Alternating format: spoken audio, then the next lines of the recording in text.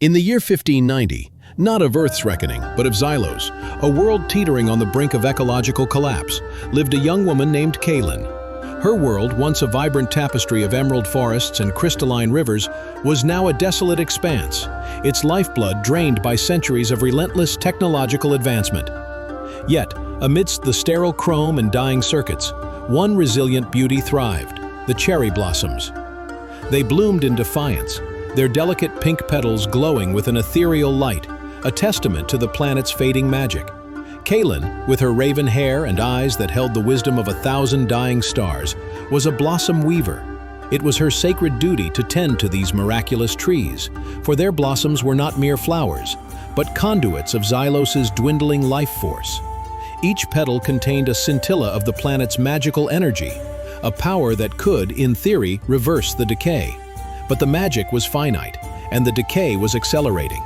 One day, a shimmering anomaly appeared in the sky, a spectacle that halted the whirring gears of Xylos's automated cities.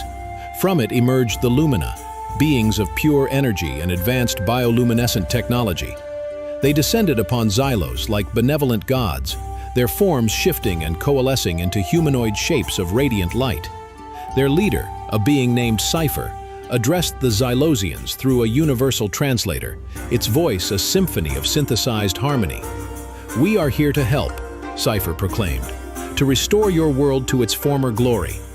A wave of hope, a sensation long forgotten, swept through the despairing inhabitants of Zylos. The Lumina, with their impossibly advanced terraforming technology, began to reverse the planet's decline. Deserts bloomed, rivers flowed, and the air, once thick with pollutants, became crisp and clean. Kalyn watched, her heart a mix of wonder and trepidation, as the Lumina's shimmering drones meticulously revitalized her dying world. Yet she noticed something peculiar. The cherry blossoms, while still beautiful, seemed to dim ever so slightly in their presence. As the Lumina's work progressed, Kalyn's unease grew.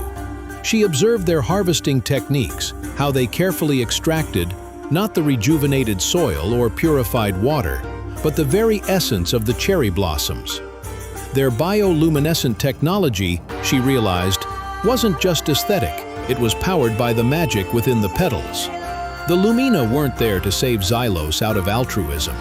They were there for its magic, a resource they coveted for their own dying homeworld. Kalyn confronted Cypher, her voice trembling with a blend of fear and defiance. "You are taking our magic," she accused, "draining our life force to save your own." Cypher's radiant form pulsed, its voice devoid of its earlier warmth. "A necessary exchange, Blossom Weaver. Your world was dying anyway. We are merely accelerating the inevitable for a greater purpose." Devastated but resolute, Kalyn knew she had to act. The Lumina's technology was far superior, their numbers overwhelming. But Kalyn had something they didn't: a deep connection to the cherry blossoms and the raw, untamed magic they held. She rallied the remaining Blossom Weavers, sharing her discovery and igniting a spark of resistance. Under the ethereal glow of the cherry blossoms, Kalyn devised a plan. The Lumina's technology, while powerful, was dependent on a constant flow of the blossom's energy.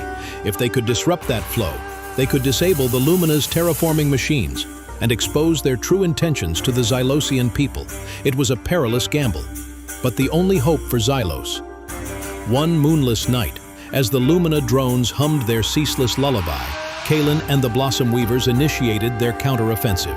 They channeled their collective energy, not into fighting, but into an intricate, ancient ritual designed to overload the Lumina's energy receptors.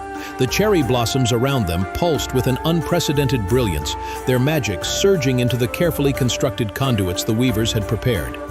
The Lumina's machines sputtered, their bioluminescent glow flickering erratically. Alarms blared through the re-terraformed landscapes, and Cypher's calm demeanor shattered into a frantic display of commands.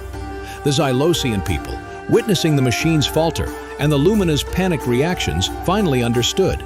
Their saviors were, in fact, their new exploiters. The battle wasn't fought with weapons, but with the raw, potent magic of Zylos. Kalyn, at the heart of the ritual, felt the immense power of the cherry blossoms coursing through her veins. She was no longer just a blossom weaver. She was a conduit for her world's spirit, a shield against its final exploitation. The Lumina, unable to sustain their technology without the cherry blossom's magic, were forced to retreat, their shimmering forms fading into the night sky, leaving behind a world reborn, albeit with a profound lesson learned. Zylos was saved, not by external intervention, but by the enduring magic within its own heart and the fierce determination of a young woman who dared to protect it. The cherry blossoms continued to bloom, their petals now radiating not just magic, but the quiet strength of a world that had reclaimed its destiny. In the immediate aftermath, a hush fell over Zylos. The Lumina's grand, glowing structures, once symbols of hope, now stood dark and inert, monuments to their deception. The advanced terraforming drones, once buzzing with life, lay scattered and lifeless, their intricate circuits cooled to dull metal. A mix of exhaustion and exhilaration swept through Kalyn and the Blossom Weavers. They had pushed their abilities to the absolute limit, channeling the very soul of Zylos, and they had succeeded. The next few cycles were crucial. With the Lumina gone, the immediate threat was averted, but Zylos still bore the scars of centuries of neglect and the Lumina's opportunistic aid. The rejuvenated landscapes, while beautiful, were still fragile. The air was clean, but the planet's core energy reserves, though no longer being siphoned, were still dangerously low. Kalyn knew their work was far from over. The Blossom Weavers, invigorated by their victory, began to teach the wider Zylosian population the ancient ways. They demonstrated how to tend to the cherry blossoms, not just for their beauty, but as vital energy conduits. Holoscreens across the cities, once filled with Lumina propaganda, now displayed intricate diagrams of the blossom's cellular structure and the delicate magical currents within. Citizens, once reliant on automated systems for every need, started participating in the communal effort, their hands learning to till the re-energized soil, their hearts reconnecting with the rhythms of their world. Kalyn, however, didn't stop there. The Lumina's technology, though corrupted in its use, was undeniably advanced. She led teams of Zylosian tech artisans to study the abandoned Lumina installations. They meticulously analyzed the inert drones, the dormant terraforming generators, and the remnants of the Lumina's energy siphoning equipment. Their goal was not to replicate the Lumina's methods, but to understand the underlying principles, to discern how such potent technology could be harnessed for true symbiosis with Zylos's natural magic, rather than exploitation. One of the most profound discoveries came from the Lumina's primary energy hub, a vast crystalline structure that had been designed to funnel the cherry blossom's magic into their ships.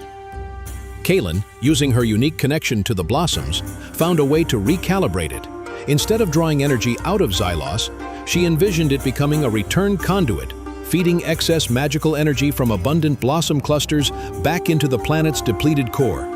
It was a monumental undertaking, merging ancient magic with alien technology in a way no one had thought possible. Slowly, imperceptibly at first, Zylos began to hum with a different kind of energy. The cherry blossoms, no longer fearing depletion, bloomed with even greater exuberance, their collective light illuminating the nights. The rivers flowed stronger, the regenerated flora flourished, and even the once sterile chrome structures of the cities began to subtly integrate with the new organic growth. Soft mosses and trailing vines finding purchase on their cold surfaces.